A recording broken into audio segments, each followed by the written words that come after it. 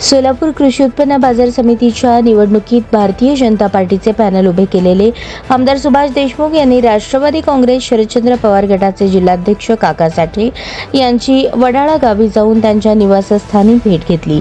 या भेटीनंतर मागील बाजार समितीच्या निवडणुकीत दुरावलेले मामा भाचे पुन्हा एकदा एकत्र आल्याचे चित्र पाहायला मिळाले। या भेटीनंतर माहिती देताना काका साठे म्हणाले, बाजार समितीच्या निवडणुकीत अनेक मोठ्या नेत्यांना डावलण्यात आले, त्याची खंत आम्हालाही आहे। सुभाष देशमुख यांनी उभा केलेल्या पॅनलला उत्तर सोलापूर तालुक्यातील आमच्या सर्व ग्रामपंचायत सोसायट्यांचे मतदार देशमुख यांच्या पॅनलच्या पाठीशी उभे राहणार आहेत असे सांगत, देशमुख यांनी पॅनल करण्यापूर्वी आम्ही संपर्क केला, परंतु त्यांच्याकडून प्रतिसाद न मिळाल्याची खंतही साठे यांनी बोलून दाखवली। सध्या बाजार समितीची निवडणूक लागलेली आहे।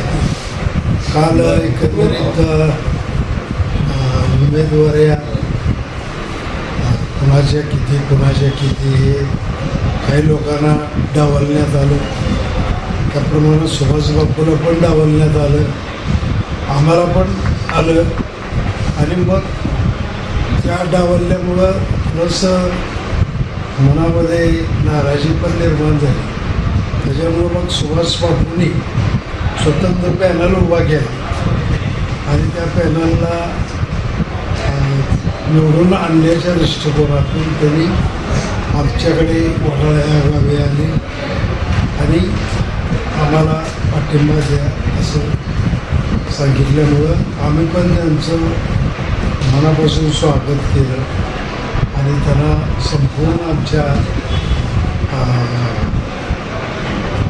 पाठिंबा दिला आणि आमच्याकडे सोसायटी आणि ग्रामपंचायत दोन्ही मतं असल्यामुळं दोन्ही मतं त्यांच्या पॅनलला द्यायचं आम्ही घेऊन पाठिंबा दिला। नाही, पण पॅनल ठरवताना संपर्क साधला नाही का? पॅनल ठरवताना त्यांनी नाही संपर्क साधला। त्यांचं तर पूर्ण भाजपचं पॅनल आहे की हे कसं मग?